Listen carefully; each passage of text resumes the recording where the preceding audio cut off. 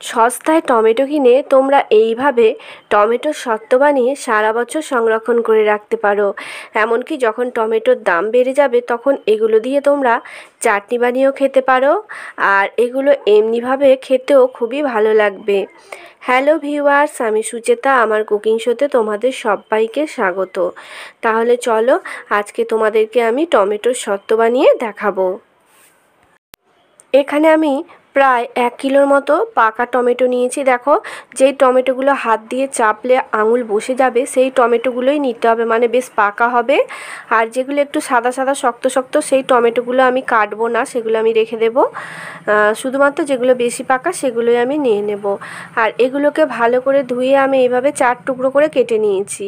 এবার এই টমেটোগুলোকে আমি মিক্সার জারের মধ্যে নিয়ে পেস্ট বানিয়ে নেব। আলাদা করে আমি সিদ্ধ করব না, এগুলো কাঁচা অবস্থাতেই আমি পেস্ট বানিয়ে নেব। আমি 2 বারে পেস্ট বানিয়ে নেব। আর পেস্ট বানানোর সময় কোনো কিছু দেওয়ার দরকার নেই, টমেটোর জলেই এগুলো পেস্ট তৈরি হয়ে যাবে। দেখো, পেস্টটা তৈরি হয়ে গেছে। এবার এগুলোকে আমি একটা বড় স্ট্রেনার নিয়েছি, স্ট্রেনারের মধ্যে দিয়ে ছেঁকে নেব।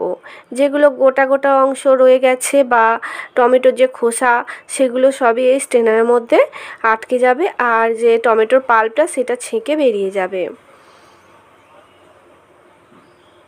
এইভাবে আমি 2 বারে যে টমেটো পেস্ট বানিয়েছি, 2 বারে পেস্ট বানানো টমেটোটাই ছেঁকে নেব। দেখো, টমেটোটা ভালোভাবে ছেঁকে নেওয়া হয়ে গেছে। আর ওই যে এক্সট্রা অংশটা ছিল ওটাও কিন্তু আমি ফেলে দেব না, ওইটা আমি রেখে দেব। আমি অন্যান্য তরকারিতে দিয়ে ওই এক্সট্রা অংশটা রান্না করে নেব। এবার একটা কড়াই বসিয়ে নিয়েছি, কড়াইয়ের মধ্যে টমেটোর পাল্পটা আমি নিয়ে নিলাম। আর গ্যাসের ফ্লেমটা একদম লোতে রেখে অন করে দেব। আর এইভাবে নাড়তে নাড়তে জাল করতে থাকবো। এটা যখন জাল করে করে ঘন হয়ে যাবে তখন এর কালারটা অনেকটা গাঢ় হয়ে যাবে।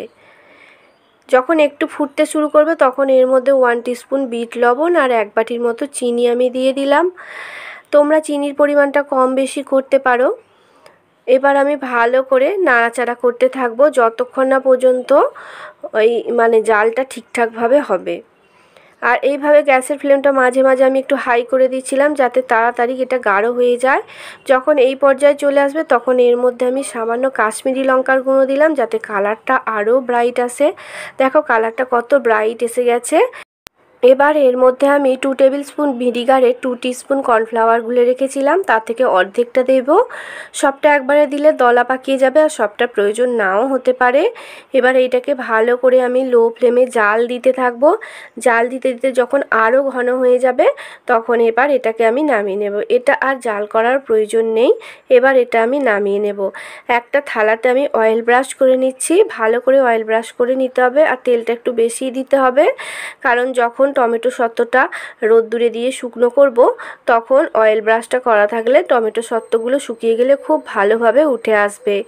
এবার যে টমেটোর পাল্পটা আমি জাল করে রেখেছিলাম সেইটা এই থালার মধ্যে নিয়ে নিচ্ছি। নিয়ে ভালো করে এটাকে চারিদিকে ছড়িয়ে দিতে হবে। আর এটা ভালো করে ছড়িয়ে দিলে যত পাতলা হবে ততই কিন্তু এটা শুকোতে সময় কম লাগবে। আমি এবার এই টমেটোর সত্ত্বটাকে রোদ্দুরে দিয়ে শুকনো করে নেব। আমি 2 দিন চড়া রোদে টমেটোর সত্ত্বটাকে শুকনো করে নিয়েছি। দেখো, খুব সুন্দরভাবে শুকিয়ে গেছে। এবার এইটাকে আমি টুকরো টুকরো করে কেটে নেব। আর তোমাদের দেখাবো কত সহজেই টমেটো সত্ত্বটা থালা থেকে উঠে আসছে। যেহেতু অয়েল ব্রাশ করা ছিল তাই এগুলো খুব সহজেই উঠে এসছে। হাতের কাছে হয়তো ঘরে টমেটো নেই, কিন্তু কোনো রান্নাতে টমেটো দেওয়ার প্রয়োজন হতে পারে, তখন তোমরা এই টমেটো সত্ত্বগুলো কাজে লাগিয়ে তরকারিটা রান্না করতে পারো। অথবা চাটনি খাওয়ার প্রয়োজন হলে বা ইচ্ছা হলে এই টমেটো সত্ত্বগুলো দিয়েও তোমরা চাটনি বানিয়েও খেতে পারো, তাহলেও কিন্তু খেতে খুবই ভালোই লাগবে। আর এখন যেহেতু সারা বছরের তুলনায় বাজারে টমেটোর দামটা অনেকটাই কম, তাই এইভাবে তোমরা টমেটোর সত্ত্ব বানিয়ে কাজে লাগালে সারা বছর কিন্তু পয়সারও অনেকটাই সাশ্রয় হবে। দেখতে পাচ্ছ কত সুন্দরভাবে টমেটোর সত্ত্বটা শুকনো হয়ে গেছে 2 পিঠই। তোমরা অবশ্যই বাড়িতে একবার ট্রাই করো। কেমন লাগলো তোমাদের মতামত কিন্তু কমেন্ট করে জানাতে ভুলবে না। আর এইভাবে আমি আগেও কাঁচা আমের এবং পাকা আমের আমসত্ত্ব রেসিপি শেয়ার করেছি, সেগুলো যদি দেখতে চাও আই বাটনে ক্লিক করে দেখে নিতে পারো। তাহলে আজ এই পর্যন্তই রইল। নমস্কার।